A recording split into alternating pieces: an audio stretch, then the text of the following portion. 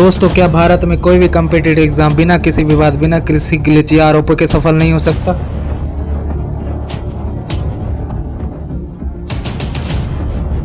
Centre पर अव्यवस्था के बाद यहाँ पर छात्रों का जोरदार प्रदर्शन हुआ।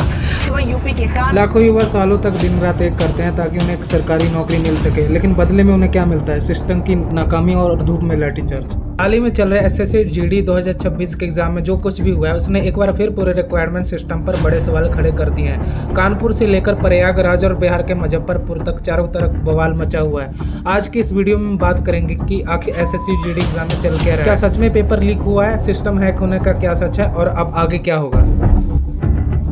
सबसे पहले बात करते हैं उस बवाल की जो हाल ही में देखने को मिला। यूपी और बिहार के कई बड़े बड़े एग्जामिनेशन सेंटर पर चिलचिलाती धूप और भीषण गर्मी में बच्चे एग्जाम देने पहुंचे, लेकिन प्रयागराज के अंडावा सेंटर और कानपुर के महाराजपुर जैसे सेंटर पर अचानक टेक्निकल खराबियों के कारण एग्जाम शिफ्ट को रद्द कर दिया गया। कानपुर के एक सेंटर पर तो हद ही हो गई, जहाँ कैपेसिटी सिर्फ 399 कैंडिडेट्स की थी, वहाँ 800 से ज्यादा बच्चों को बुला लिया गया। इस मिसमैनेजमेंट और कंप्यूटर सर्वर के क्रैश होने की वजह से हजारों गुस्से में आए छात्र धरने पर बैठ गए और पुलिस को उन्हें काबू करने के लिए बल प्रयोग तक करना पड़ा।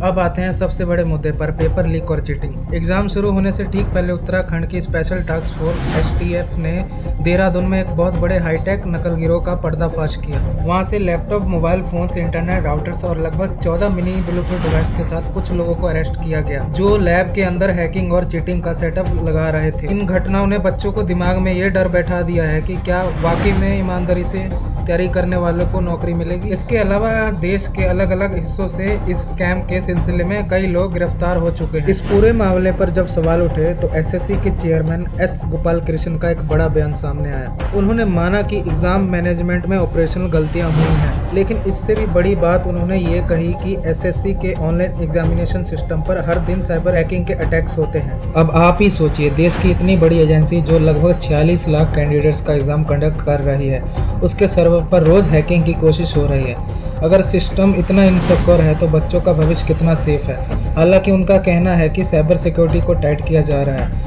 पर जो नुकसान बच्चों का हो चुका है उसकी भरपाई कौन करेगा। सिर्फ एसएससी जीडी ही नहीं बल्कि नीट और सीबीएसई जैसे बड़े एग्जाम में चल रहे विवाद के चलते अब पूरे देश का युवा सड़कों पर है। सोशल मीडिया पर कॉकरोच जनता पार्टी के फाउंडर अभिजीत दिपके और कई बड़े एजुकेटर ने इसके खिलाफ आवाज उठाई है और दिल्ली के जंतर मंतर पर शांतिपूर्ण आंदोलन की तैयारी चल रही है। लाखों बच्चों ने ऑनलाइन पिटीशन साइन करके अकाउंटेबिलिटी और एक फेयर इन्वेस्टिगेशन की मांग की है। दोस्तों, आखिर कब तक युवाओं के भविष्य के साथ इस तरीकों का खिलवाड़ होता रहेगा? एक बच्चा साल भर कमरे में बंद होकर पढ़ता है, उसके माता पिता अपनी खून पसीने की कमाई उसकी पढ़ाई में लगाते हैं, पर आखिर में उन्हें मिलता है तो सिर्फ तारीख और कैंसिलेशन की न्यूज़। आपका इस पूरे मामले पर क्या कहना है? क्या आपके सेंटर पर भी कोई दिक्कत आई थी? हमें कमेंट सेक्शन में ज़रूर बताएं। इस वीडियो को ज़्यादा से ज़्यादा शेयर करें ताकि हर एक एस्पिरेंट की आवाज़ ऑथोराइज तक पहुंच सके। चैनल को सब्सक्राइब करना ना भूलें।